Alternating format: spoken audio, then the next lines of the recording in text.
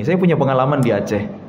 Dulu sebelum saya hijrah ke Bandung ya, sekitar 11-12 tahun yang lalu, waktu saya masih sekolah ya, masih SMA dulu.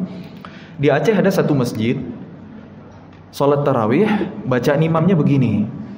Ghairil maghdubi alaihim waladdallin. Amin. Bismillahirrahmanirrahim. Yasin. Allahu Akbar. Satu ayat doang gitu. Itu penuh masjid gitu. Rakaat berikutnya wal Qur'anil Hakim. Allahu Akbar. Gitu aja terus ya. Penuh masjid, meluber sampai ke jalan-jalan, dipenuhin sama anak-anak muda. Itulah kualitas iman generasi hari ini. Ya, kita husnuzon itu strategi dakwah ya, untuk syiar, daripada nggak ke masjid, daripada nongkrong nggak jelas gitu. Digiring dulu mau ke masjid gitu. Bertahap ya. Bertahap, berproses gitu. Mungkin boleh dicoba di Masjid Al-Ikhlas ya. Insyaallah nanti jadi. Tapi kan insyaallah jamaah di sini udah pada istiqomah ya. Alhamdulillah. Bagus memperbanyak khataman di bulan Ramadan, itu bagus. Tapi lebih baik lagi kalau diiringi dengan mentadabburi arti. Karena memahami Quran, langkah paling sederhana bisa kita lakukan hari ini adalah dengan membaca terjemah. Itu mushaf terjemah dicetak bukan untuk dianggurin, ayah bunda ya. Jangan sampai seumur hidup kita belum pernah mengkhatamkan terjemah Al-Quran. Karena saya sering bertanya di berbagai majelis, siapa yang udah pernah khatam terjemah Al-Quran? Mungkin terdengar sepele ya, sederhana, tapi ternyata banyak yang belum. Hanya 1-2 yang angkat tangan gitu.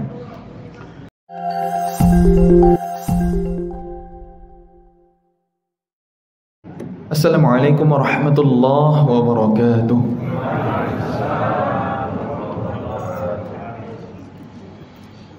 Alhamdulillahi wa kafa, wassalatu wassalamu ala rasulillahil mustafa wa ala alihi wa sahbihi wa mal wafa. Allahumma anfa'na bima 'allamtana wa 'allimna ma yanfa'una wa zidna 'ilma. Allahumma bika asbahna wa bika amsayna wa bika nahya wa bika namut wa ilaikan nusyur. Subhanallah wa bihamdihi 'adada khalqihi wa ridha nafsihi wa zinata 'arshihi wa midada kalimatihi. Radina billahi rabba wa bil islami dina wa bi Muhammadin sallallahu alaihi wasallam nabiyya. Rabbi shrah li sadri wa yassir li amri wahlul 'uqdatam min lisani yafqahu qawli.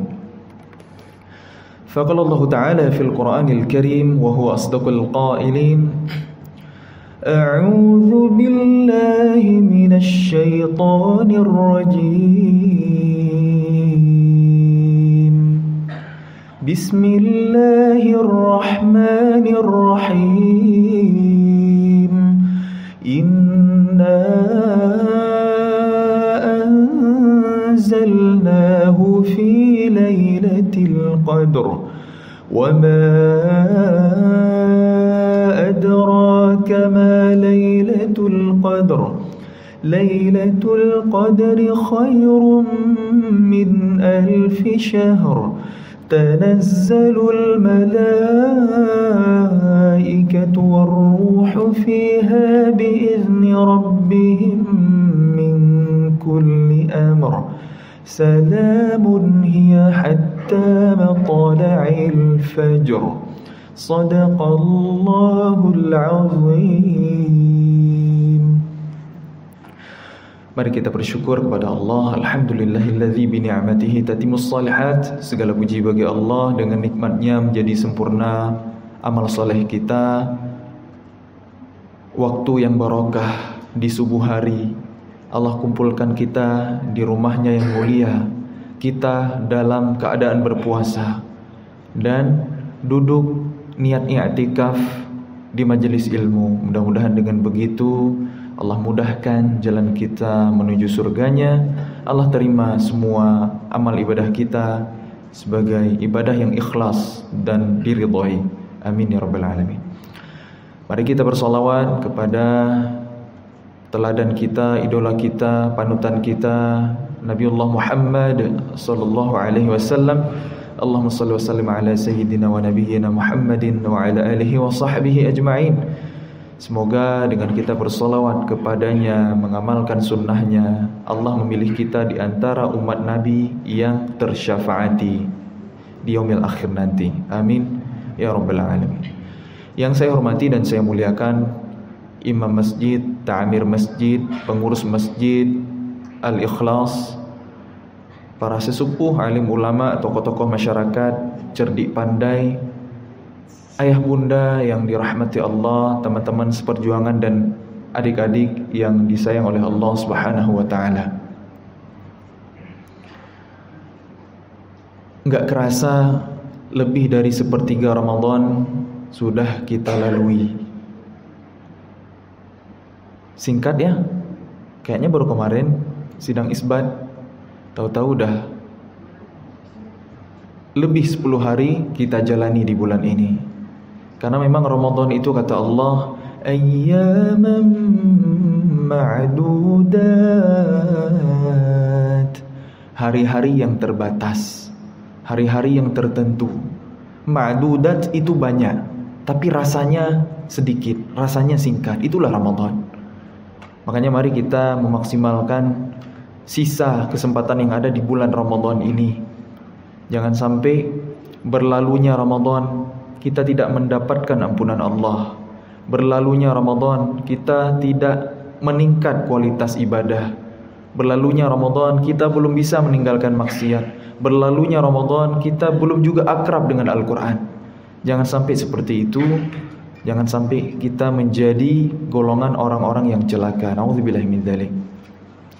Rasulullah SAW bersabda di hadapan para sahabatnya ketika Ramadan datang. Qad ja'akum Ramadan, telah datang kepada kalian Ramadan, syahrun mubarak, bulan yang penuh dengan keberkahan. Iftaradallahu alaikum siyamahu, diwajibkan atas kalian berpuasa padanya. Tuftahu fihi abwabul jannah, dibukakan pintu surga. Wa tughlaqu fihi abwabul jahim, ditutup pintu-pintu neraka. Wa tughallu fihi maradatus syayatin, dibelenggu, diikat setan-setan yang durhaka. Fihi lailatun khairum min alfi syahr, di dalamnya terdapat satu malam yang lebih baik dari 1000 bulan.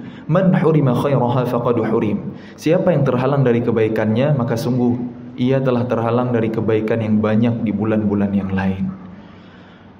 Ramadan itu kalau merujuk ke hadis yang saya bacakan barusan, punya 6 keistimewaan, 6 kemuliaan.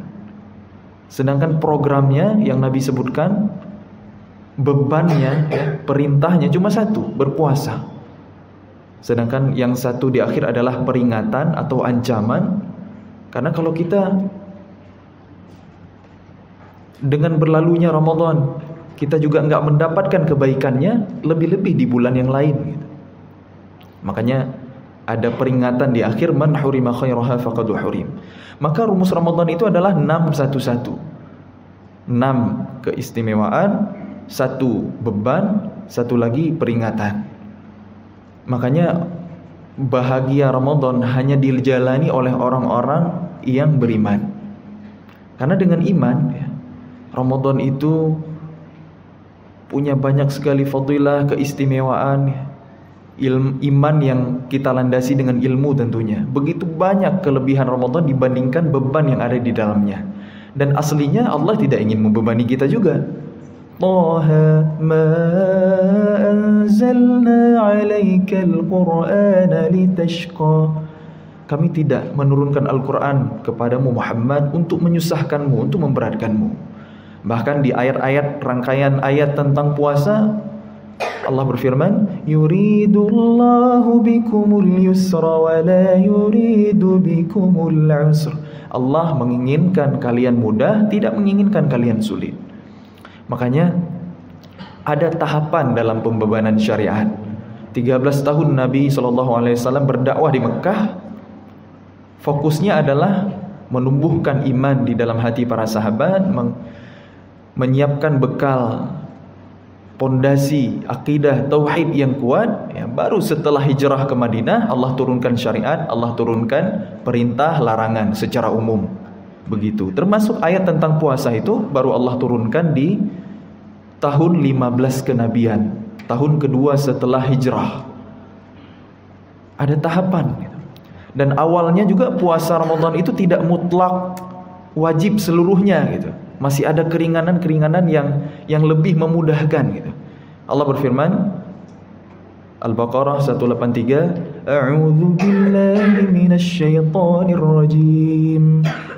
Ya ayyuhalladzina amanu kutiba alaikumus shiyam kama kutiba alal ladzina min qablikum la'allakum tattaqun. Wahai orang-orang yang beriman, diwajibkan atas kalian berpuasa sebagaimana telah diwajibkan atas orang-orang sebelum kalian agar kalian bertakwa. Coba, yang Allah panggil adalah orang-orang beriman. Ini adalah panggilan kasih sayang. Allah tidak memanggil manusia secara umum, bukan ya ayuhan nas, bukan ya bani Adam.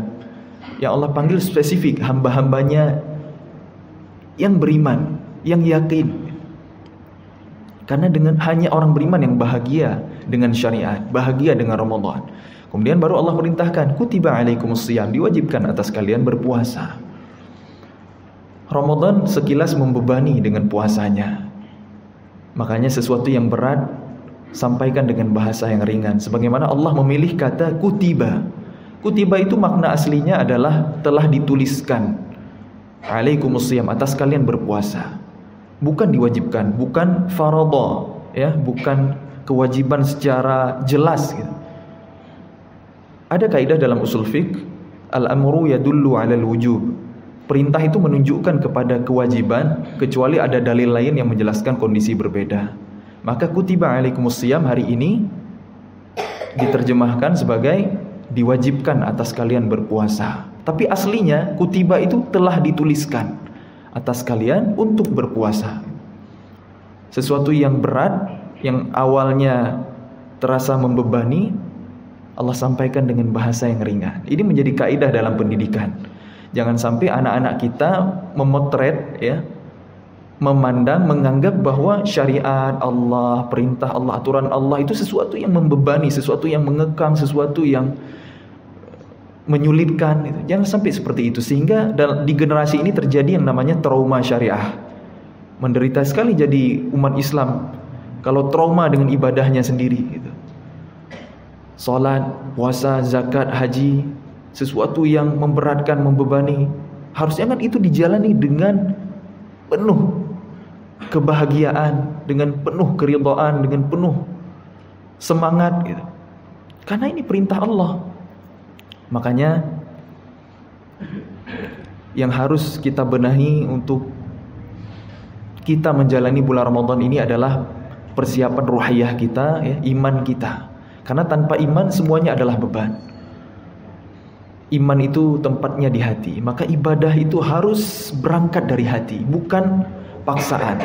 Mungkin anak-anak kita bisa aja mereka sholat, puasa, baca Quran, hafal Quran karena disuruh sama orang tuanya. Tapi gimana ketika mereka sudah besar, merantau ke luar kota, berjauhan dengan kita, kuliah, apakah ibadah mereka masih istiqomah, masih terkontrol gitu?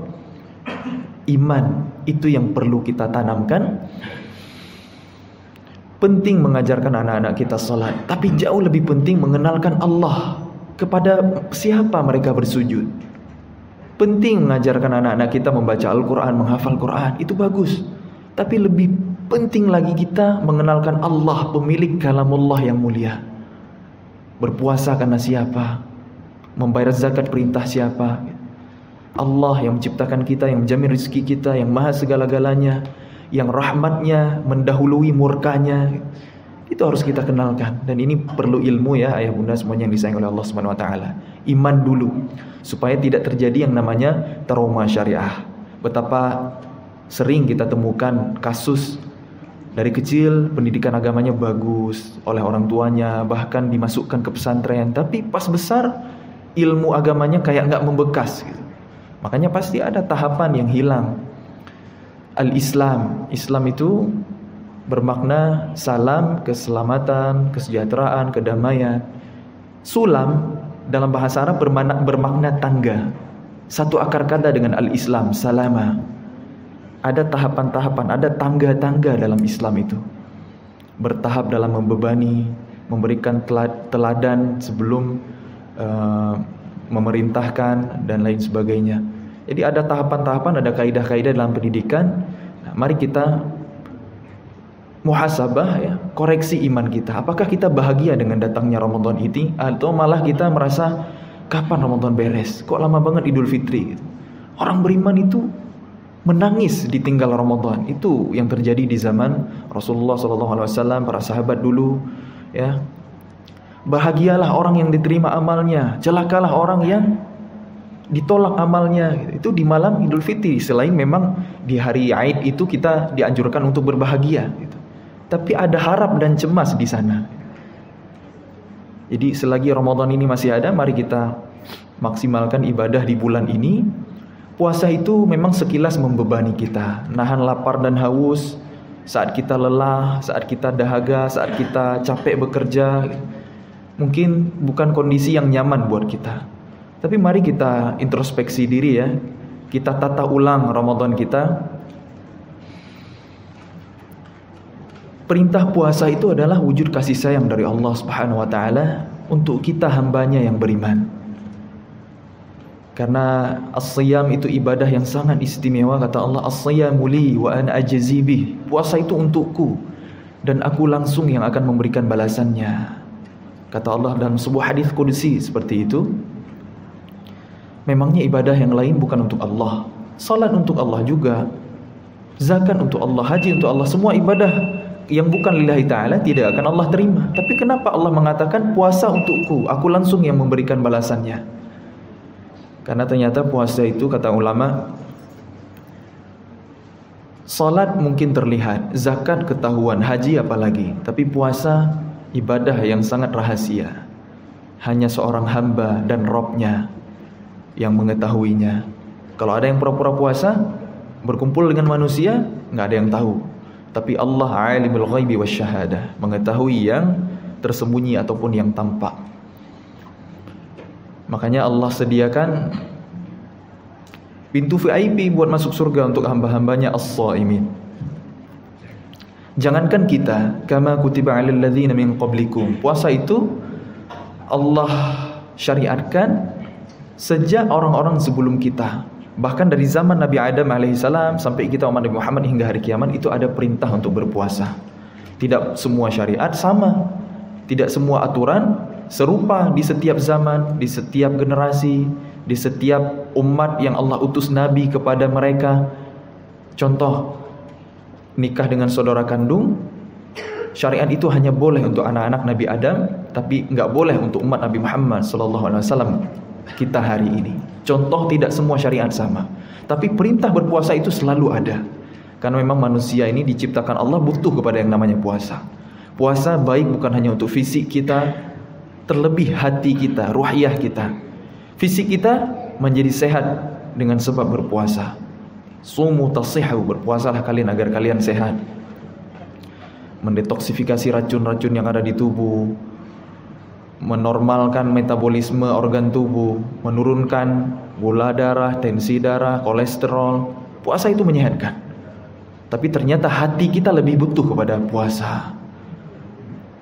Yang halal saja sementara waktu Allah larang, apalagi yang makruh, lebih-lebih yang haram.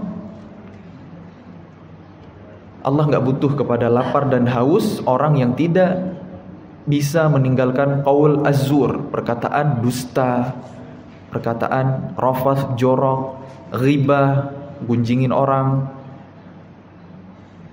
Mulut kita berpuasa, apakah hati kita juga berpuasa dari hasad, iri hati, dengki kepada sesama?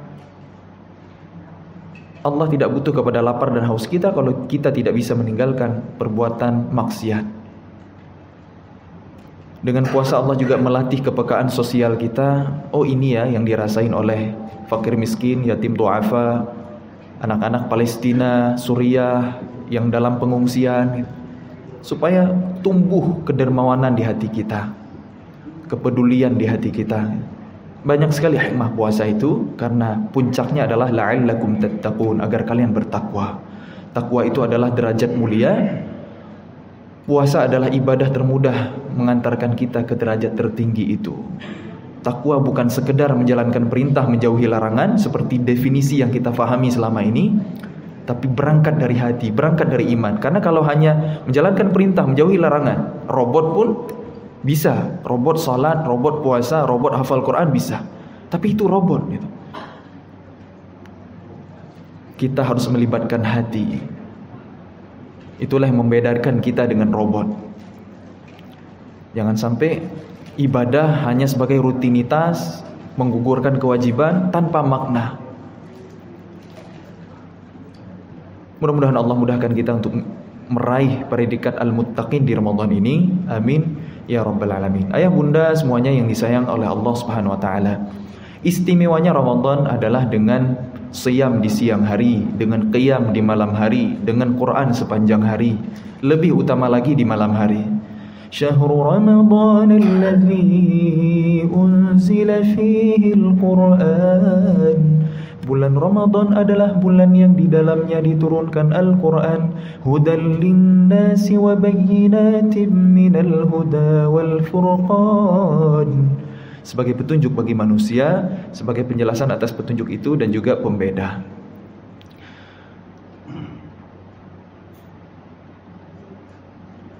Ramadan dan Quran itu memang sesuatu yang tidak bisa dipisahkan. Dulu para ulama, misalnya Imam Malik rahimahullah ta'ala, ketika Ramadan datang, itu menutup majelis ilmunya, menghentikan kajian hadisnya, dan menasihati murid-muridnya. Pulanglah kalian ke rumah-rumah kalian bersamai Quran. Kemudian kita juga tahu Imam Asy-Syafi'i rahimahullah ta'ala mengkhatamkan Al-Quran 60 kali dalam sebulan Ramadan. Itu artinya sehari 2 kali khatam, 60 juz sehari. 1 jam lebih dari 2 juz. Masya Allah, tabarakallah. Itu para ulama dulu. Sedekat itu mereka dengan Quran di bulan Ramadan ini. Maka di mana posisi kita? Memperbanyak khataman Quran di bulan Ramadan ini sangat dianjurkan. Tapi kita juga harus ingat, kata Allah, Quran adalah hudan linnas, petunjuk bagi manusia. Kapan Quran jadi petunjuk? Ketika difahami. Para ulama zaman dulu mengkhatamkan Quran sebanyak itu, mereka faham yang mereka baca. Gimana dengan kita hari ini? Karena ibadah semakin melibatkan hati, itu semakin besar nilainya di sisi Allah Subhanahu wa taala, kata para ulama. Salat, banyaknya pahala yang kita dapatkan bukan dari jumlah rakaat, melainkan dari banyaknya khusyuk. Wasta'inu bis-sabri was-salah. Mohon pertolonganlah kalian kepada Allah dengan sabar dan salat. Wa innaha lakabiratun illa 'alal khashi'in. Sesungguhnya salat itu berat, kata Allah. Aslinya salat itu berat. Wa innaha lakabiratun illa 'alal khashi'in, kecuali bagi orang-orang yang khusyuk. Jadi kalau salat kita masih terasa berat, jangan-jangan khusyuknya belum ada. Jadi makanya libatkan hati, bukan tergesa-gesa, bukan terburu-buru, tumak ninah. Jadi kita kalau menghidupkan malam-malam Ramadan dengan salat, dengan qiyam Ramadan, dengan tarawih, dengan tahajud, ya, berjamaah dengan imam, kira-kira kita senangnya kalau imamnya baca cepat, baca singkat ayat-ayatnya, atau panjang gitu. Nah, disitulah sedang ya, masya Allah, disitulah iman kita. Ya, begitulah keadaan kita hari ini, generasi hari ini. Saya punya pengalaman di Aceh. Dulu sebelum saya hijrah ke Bandung, ya sekitar 11-12 tahun yang lalu, waktu saya masih sekolah, ya masih SMA dulu. Di Aceh ada satu masjid, salat tarawih, bacaan imamnya begini. Ghairil maghdubi alaihim waladdallin. Amin. Bismillahirrahmanirrahim. Yasin. Allahu Akbar. Satu ayat doang gitu. Itu penuh masjid gitu. Rakaat berikutnya wal Qur'anil hakim, Allahu akbar. Gitu aja terusnya. Penuh masjid, meluber sampai ke jalan-jalan, dipenuhin sama anak-anak muda. Itulah kualitas iman generasi hari ini. Ya, kita husnuzon itu strategi dakwah ya untuk syiar, daripada nggak ke masjid, daripada nongkrong nggak jelas gitu. Digiring dulu mau ke masjid gitu. Bertahap ya. Bertahap, berproses gitu. Mungkin boleh dicoba di Masjid Al-Ikhlas ya. Insyaallah nanti jadi, tapi kan insyaallah jamaah di sini udah pada istiqomah ya. Alhamdulillah. Jadi sholat itu akan berat kalau kita nggak punya khusyuk gitu. Nah, gimana sholat biar khusyuk? Ya, kata para ulama, sejak azan berkumandang jawab, respon azan. Wudu dengan wudu yang sempurna, tidak boros air. Kemudian sholat seperti sholat terakhir. Kata Allah di ayat berikutnya, alladzina yadhunnuna annahum mulaqu rabbihim wa annahum ilaihi raji'un. Orang-orang yang khusyuk itu yaitu mereka yang menyangka akan bertemu dengan Allah dan yakin akan kembali kepadanya. Jadi sholat seolah sholat terakhir, sehingga kita berusaha memberikan yang terbaik, fokus yang terbaik, penampilan yang terbaik, ya, pakaian yang terbaik, ya, memakai wewangian, sunnah. Itu memudahkan kita untuk khusyuk. Dan yang gak kalah penting adalah pahami makna bacaan sholat. Nah, jangan sampai kita Allahu Akbar, takbiratul ihram, langsung pikiran langsung kemana-mana. Mungkin mulut kita mau baca Allahu Akbar kabir, alhamdulillah, tapi pikiran tuh kemana-mana. Kenapa bisa begitu? Karena itu bisikan setan. Wasawisus syaitan. Setan akan datang dari depan, belakang, kiri, kanan, atas, bawah untuk menyesatkan kita, untuk menggoda kita. Dia nggak rela kita dapat pahala yang sempurna dari sholat kita. Makanya dia bisikin macam-macam. Lupa naruh kunci, ingatnya pas sholat. Ada masalah, butuh solusi, munculnya pas sholat. Itu bukan ilham, yakinlah itu dari setan. Pertanyaannya, kan di bulan Ramadan setan diikat. Wa tuqallu fihi maradatus syayatin. Setan itu dibelenggu. Kenapa kita masih bisa berbuat maksiat? Kenapa kita masih sholatnya belum bisa khusyuk gitu? Mari kita introspeksi diri. Jangan-jangan kitalah setannya gitu. Karena kan dorongan keburukan itu, bermaksiat itu ada dari internal, ada eksternal. Yang eksternal itu wasawisus syaitan, yang internal itu dari nafsu jelek kita, nafsul amarah. Jadi kalau Ramadan setan diikat, kita masih bermaksiat, jangan-jangan kitalah setannya. Jadi libatkan hati. Ibadah itu libatkan hati, semakin bernilai di sisi Allah Subhanahu wa taala. Jangan, sholat itu bukan hanya gerakan tanpa makna gitu. Puasa itu bukan hanya menahan lapar haus tanpa esensi gitu. Libatkan hati. Baca Quran juga sama. Apakah lantunan Quran kita sampai ke hati? Hudal linnas, Quran petunjuk bagi manusia. Quran baru jadi petunjuk ketika dipahami. Apakah hari ini kita memahami Quran? Bahasa Arab bukan bahasa ibu kita, padahal itu adalah bahasa Al-Quran. Kita sulit hari ini memahami Quran, maka minimal ketika baca Quran, bacalah terjemahnya.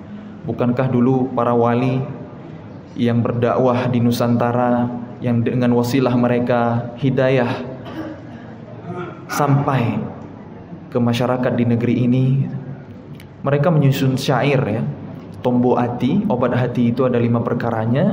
Yang pertama apa? Baca Quran dan maknanya. Sudahkah kita amalkan ini? Bagus memperbanyak khataman di bulan Ramadan, itu bagus. Tapi lebih baik lagi kalau diiringi dengan mentadabburi arti. Karena memahami Quran, langkah paling sederhana bisa kita lakukan hari ini adalah dengan membaca terjemah. Itu mushaf terjemah dicetak bukan untuk dianggurin, ayah bunda ya. Jangan sampai seumur hidup kita belum pernah mengkhatamkan terjemah Al-Quran. Karena saya sering bertanya di berbagai majelis, siapa yang udah pernah khatam terjemah Al-Quran? Mungkin terdengar sepele ya, sederhana, tapi ternyata banyak yang belum, hanya 1-2 yang angkat tangan gitu. Mari kita tadabburi Quran kita. Kita yakin gak Quran itu petunjuk? Kok kita gak mau cari tahu Quran jalan keselamatan? Kok kita gak mau selamat dengan mencari tahu petunjuknya? Jadi Mari ayah bunda, di samping kita punya semangat untuk mengkhatamkan Quran di Ramadan ini, iringi juga dengan membaca artinya, membaca terjemahnya. Membaca terjemah pun sebenarnya belum cukup untuk memahami Quran. Makanya kalau ada yang bingung, nanti tanyakan kepada ulama, buka kitab tafsir. Jangankan kita yang hidup di 14-15 abad setelah Quran turun. Dulu ada generasi tabi'in, ya. Tabi'in itu adalah generasi yang sempat bertemu dengan sahabat, tidak sempat bertemu dengan Rasulullah SAW. Kalau sahabat, generasi yang pernah berjumpa dengan Nabi.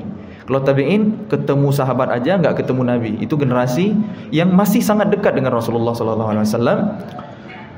Dulu ada kalangan tabi'in yang keliru memahami sebuah ayat, sebuah kalimat dalam ayat di surah Al-Baqarah juz 2 yang berbunyi wala tulqu bi aydikum ila tahlukah.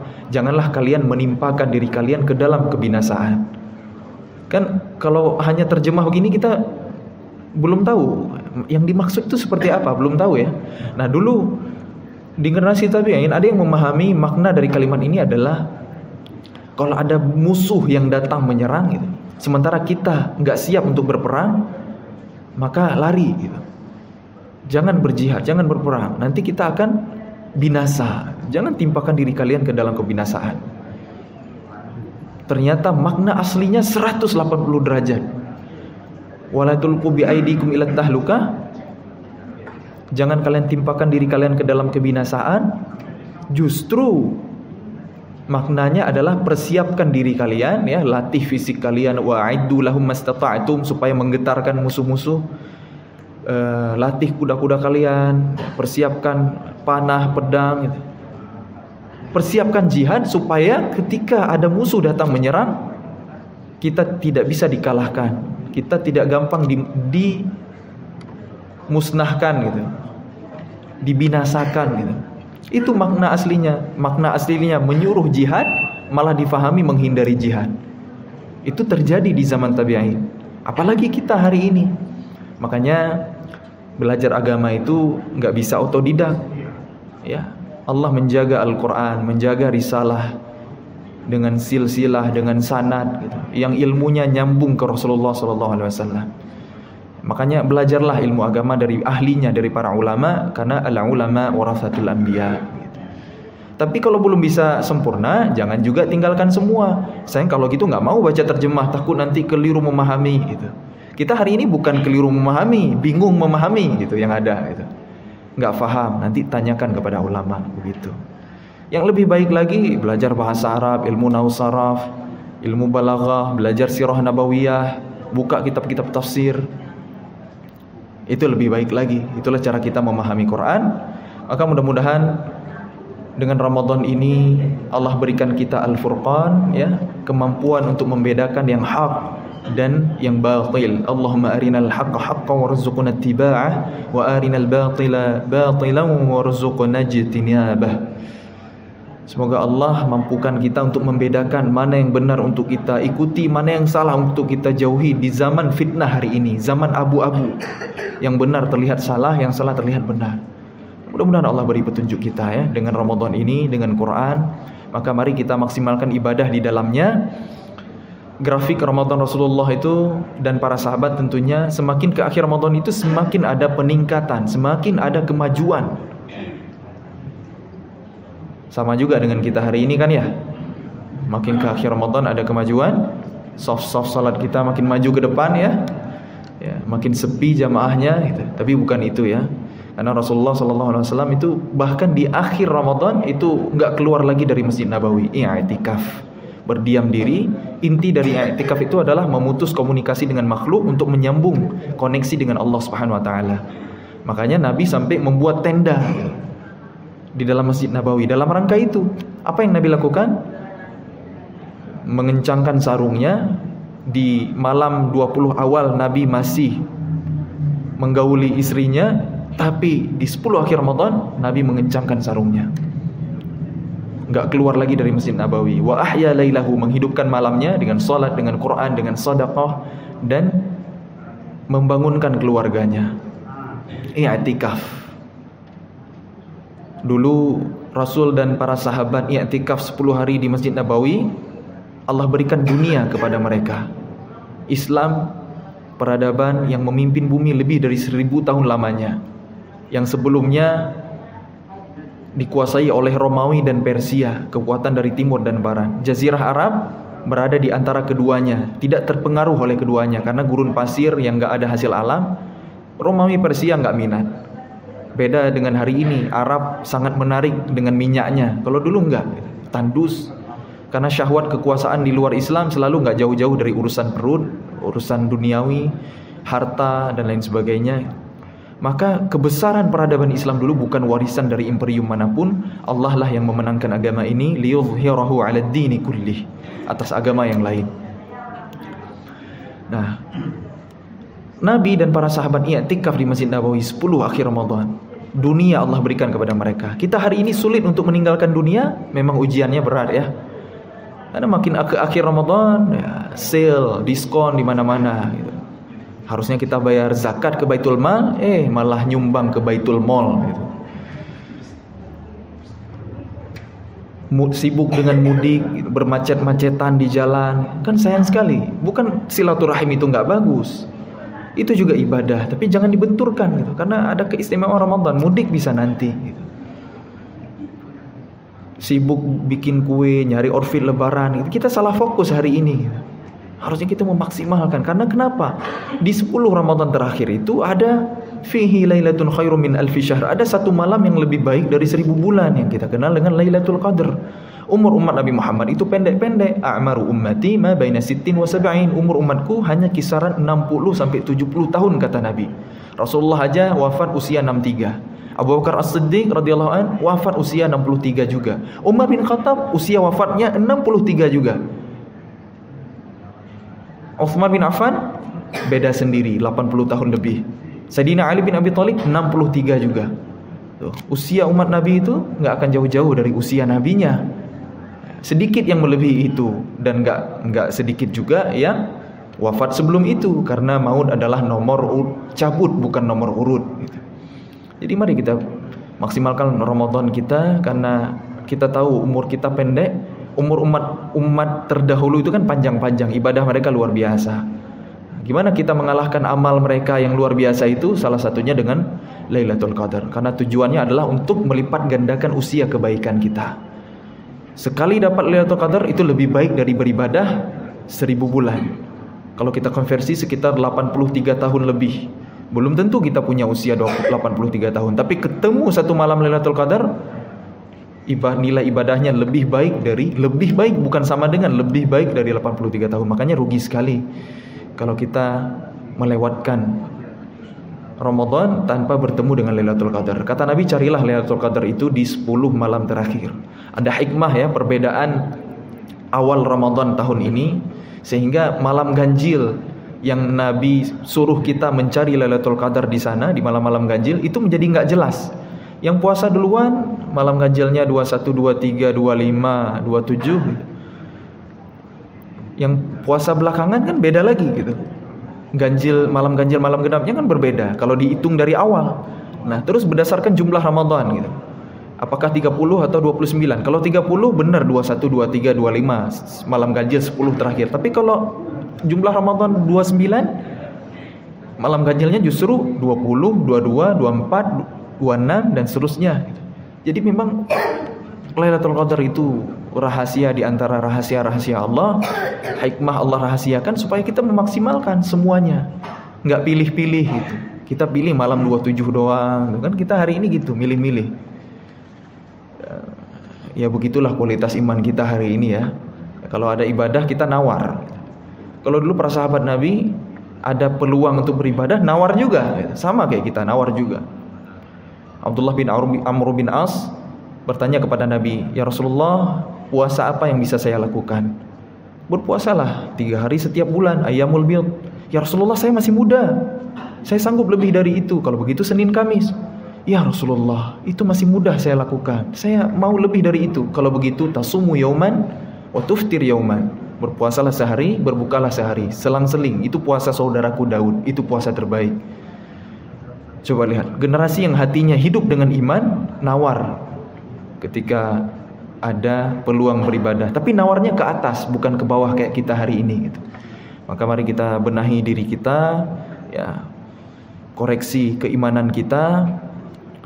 Mudah-mudahan Allah berikan kita keistiqomahan. Fattaqullaha mastata'tum, ya, bertakwalah kepada Allah sesuai dengan kadar kemampuan kita.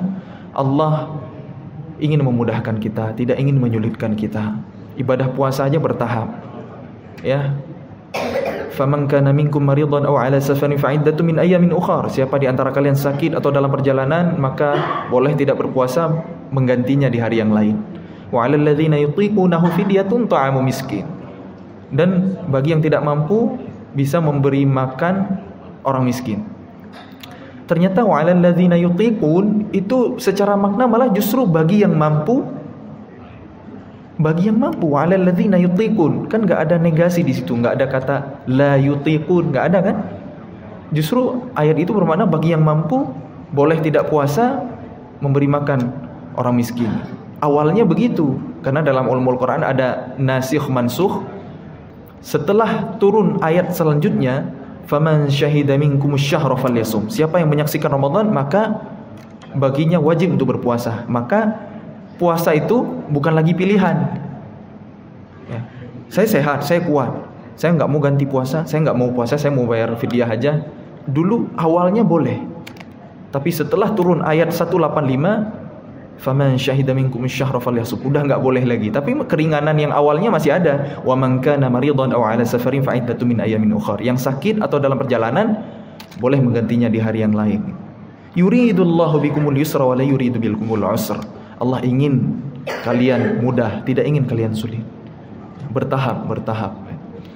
Amal yang dicintai Allah adalah yang meskipun kecil, sederhana, tapi rutin kita lakukan. Itulah yang dinamakan istiqamah. Daripada amal besar kemudian berhenti. Ngaji sehari 10 juz, 3 hari khatam, besoknya nggak ngaji lagi. Lebih baik sehari 1 juz tapi konsisten terus, atau sehari setengah juz atau 1/4 juz tapi sambil mentadaburi maknanya, konsisten terus kita lakukan. Itu lebih baik insyaallah di sisi Allah Subhanahu wa taala. Kenapa kita perlu menjaga keistiqomahan? Karena kita nggak tahu kapan Allah menjemput kita pulang.